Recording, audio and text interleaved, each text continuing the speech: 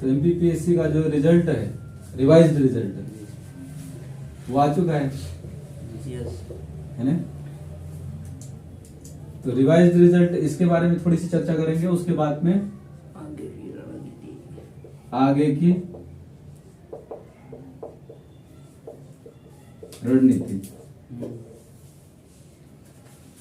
तो जो रिजल्ट जारी हुआ है वो दो हिस्सों में जारी हुआ है।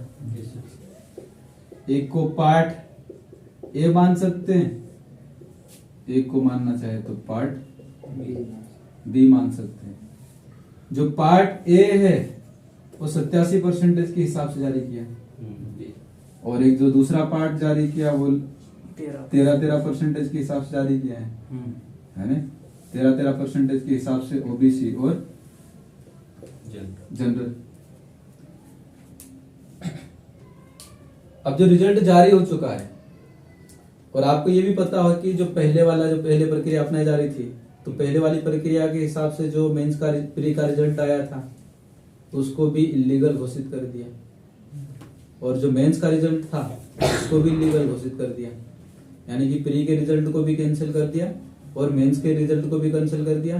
तो नए सिरे से सूची बनाई गई प्री का रिजल्ट पूरी तरह से। यानी कि उससे पहले जो प्री में जो लोग पास हुए थे और जिन लोगों ने मेंस लिखा है ना, और मेंस के बाद में, मेंस होने के बाद में जो मेंस का रिजल्ट आया उसमें कुछ लोग, अधिकांश लोग फेल हुए और कुछ लोग अंदर हुए। वो तो स्टेप बाय स्टेप बाहर होने वाले की संख्या बढ़ती जाती है और अंदर होने वाले की संख्या कम होती जाती है, तो आप लोग जानते हैं है ना।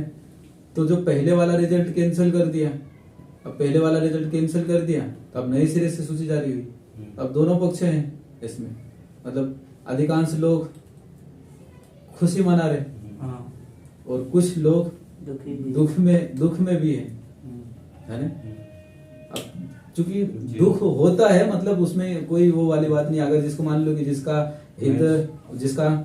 जिसके साथ में अच्छा होता है तो उसको खुशी होती है, और जिसके साथ में ठीक नहीं होता है तो उसके साथ बुरा तो लगता है। क्योंकि अब मान लो कि कोई प्री क्वालिफाई किया जहां पर लाखों लोग दे रहे हैं, उसके बाद में मेंस क्वालिफाई किया, मेंस में कुछ हजार में बच्चे दे रहे होंगे, उसके बाद में जब इंटरव्यू क्वालिफाई हो जाता है तो इंटरव्यू में लगभग कुछ ही लोग बचते हैं है ना। और वहां तक पहुंचने के बाद में फिर डायरेक्टली आपको फिर से प्री के स्तर पे फेंक दिया जाता है, यहाँ छोड़ दिया जाता है जो भी है। तो दुख तो होता है। तो अधिकांश लोग खुशी की स्थिति में है, लेकिन जो बाहर हुए इंटरव्यू से उनको दुख लगता है उसमें आप भी हो। हाँ, तो मतलब दुख तो लगता है अपने को भी, पर अब ये चीजें अपने हाथ में नहीं है। अब मान लो कि कोर्ट ने जो डिसीजन दिया है, अब कोर्ट में फिर फाइनली क्या कर सकते हैं, तो फिर वो सुप्रीम कोर्ट में अर्जी लगाए या जो भी है वो तो वापस अर्जी लगा तो सर्वमान्य रहेगा। क्या कोर्ट का तो मान्य सर्वमान्य। हाँ, लेकिन मतलब जो हाई कोर्ट ने डिसीजन दिया उसके लिए अपील तो कर ही सकते हैं। ये अपील हाई कोर्ट में लगा, वो सुप्रीम कोर्ट में लगा सकते। हाँ, सुप्रीम कोर्ट में लगा सकते हैं अगर ये डिसीजन आपको ठीक नहीं लगता है तो। अब जो भी हो, लेकिन फिलहाल तो हाई कोर्ट ने डिसीजन दिया, उसको अपने को मानना पड़ेगा। और दुख को या गम को भी भूल कर, इन चीजों को भूल कर, उसकी बजाय जो डिसीजन दिया उसके हिसाब से आप लड़ना पड़ेगा। अब एग्जाम आ चुकी है पास में, तो उसकी रणनीति बनाना पड़ेगी आगे। तो फिलहाल जो पहला पार्ट है उसमें 87% और 13% के हिसाब से जारी किया। अब दोनों का फिर से क्या होगा, मेंस होगा। मेंस के बाद में दोनों का क्या होगा, इंटरव्यू होगा है ना। और जो 87% है इनकी ज्वाइनिंग भी हो जाएगी, इनको पद भी दिया जाएगा, तो इनका फाइनल रिजल्ट जारी हो जाएगा।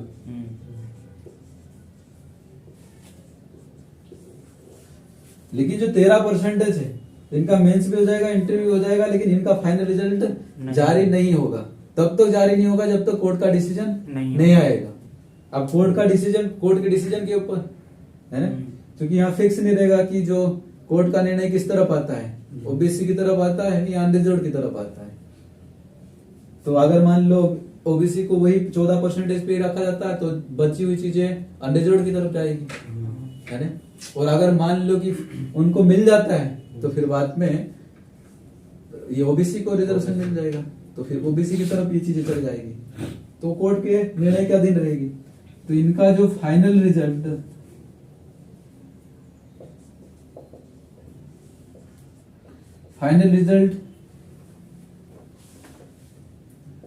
तब तक जारी नहीं होगा। कब तक? जब तक कोर्ट का निर्णय नहीं आएगा और इनके रिजल्ट को बंद लिफाफे में सील लिफाफे में पैक करके रख दिया जाएगा और कोर्ट के निर्णय होगा तो कोर्ट के निर्णय के हिसाब से फिर उसके बाद में जारी किया जाएगा, बाकी इनका जारी कर दिया जाएगा। अच्छा, ऐसा अभी के निर्णय के हिसाब से है ना, जो अभी जो जारी किया उसके हिसाब से ये बात ये करेंगे। कोर्ट का आदेश है क्या?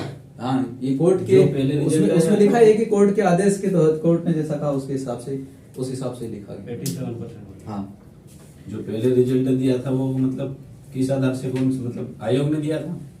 कौन सा? जो पहले हाँ, आया उसके बाद हाँ, अभी रिजेक्ट हुआ। हाँ हाँ, ये आयोग आयोग की मतलब गलती है ना। तो ये आयोग क्या कर रहा है? ये सो रहा अभी तक। वो जो भी हो, लेकिन आयोग का यही मानना है कि कोर्ट के निर्णय के तहत हम रिजल्ट जारी कर रहे हैं। तो इससे अच्छा पहले ही कोर्ट का निर्णय आया था, उसके बाद रिजल्ट जारी करना था। तो केस बाद में लगा। मतलब पहले ये लोग, कई सारे लोगों ने कहा कि बाद में मतलब एग्जाम वगैरह बाद में लेना चाहिए, अपील भी कर, लेकिन आयोग ने लिया है, उसमें क्या कर सकते हैं। वो भी स्टूडेंट आयोग को पुरस्कृत किया गया है? 4 साल तक। उस टाइम पे काफी लोगों ने अर्जी भी लगाई थी कि मतलब अभी कोरोना काल लॉकडाउन चल रहा है तो अभी एग्जाम ना लिया जाए, लेकिन उसके बाद भी एग्जाम ली, है ना। चलो अपन आगे की बात करते हैं। तो ये है, ये तो हो चुका है अभी। अब अपने को आगे की रणनीति बनाना है। अब जो आगे की रणनीति है, अब दोनों एग्जाम, डेट तो आई नहीं कि कौन सी तारीख से एग्जाम होगी, पेपर स्टार्ट हो ही जाएगा, लेकिन लगभग डेट जारी की है। तो जो 2019 का मेंस है, 2019 का जनवरी के सेकंड वीक, वो लगभग कब बताया गया? जनवरी सेकंड वीक। जनवरी, हाँ, है ना। तो जनवरी के सेकंड वीक में। सेकेंड वीक में इसकी बात हो रखी है, जनवरी के सेकेंड वीक हाँ, की बात। तो जनवरी के सेकेंड वीक में ये लगभग होगा, हाँ, 2019 वाला। और 2021 वाला मेंस है, तो 2021 वाला मेंस लगभग कब होगा? फरवरी के थर्ड वीक में, तो जो फरवरी है, फरवरी के लास्ट वीक लगभग। Third week, last week. तो ये भी लगभग है, मतलब फाइनल डिसाइडेड नहीं है कि इस तारीख से एग्जाम हो जाएगी, इस तारीख को खत्म होगा, ऐसा कोई शेड्यूल नहीं आया, लेकिन लगभग ऐसा लिखा है कि जो 2019 का मेंस है, पहले कहा गया था, क्या कहा गया था कि 1 महीने के अंदर रिजल्ट जारी हो जाएगा। जनवरी के सेकेंड वीक के आसपास 2019 की मेंस होगी, दूसरी बात। और 2021 वाला मेंस है वो फरवरी के सेकेंड वीक, थर्ड वीक में होने की संभावना है ना। तब दोनों एग्जाम दे रहे, मान लो 2021 का भी और 19 का भी, तो रणनीति क्या होना चाहिए? अब रणनीति, अब बिल्कुल एक सिलेबस है तो पूरी कोई दिक्कत नहीं, लेकिन बहुत सारे इसमें पूछ सकते हैं कि रणनीति, मान लो कि कोई 2021 वाला है तो 20 में सिलेबस चेंज हुआ, तो सिलेबस चेंज हुआ तो कोई सोचे कि यार इसका नोट्स अलग लाएं, अलग पढ़े। और 2019 वाला है उसमें पुराना सिलेबस है पहले वाला, इसमें विश्व इतिहास वगैरह है, तो इसके नोट्स अलग लाए और अलग पढ़े, ऐसा सोचे। लेकिन ऐसा नहीं करना है, पूरी तरह से सिलेबस अलग नहीं, लगभग सिलेबस वही है, केवल बात वाले सिलेबस को यूनिट में बांट दिया और फिक्स कर दिया कहां कहां से, हर यूनिट से बराबर बराबर वेटेज दे दिया गया।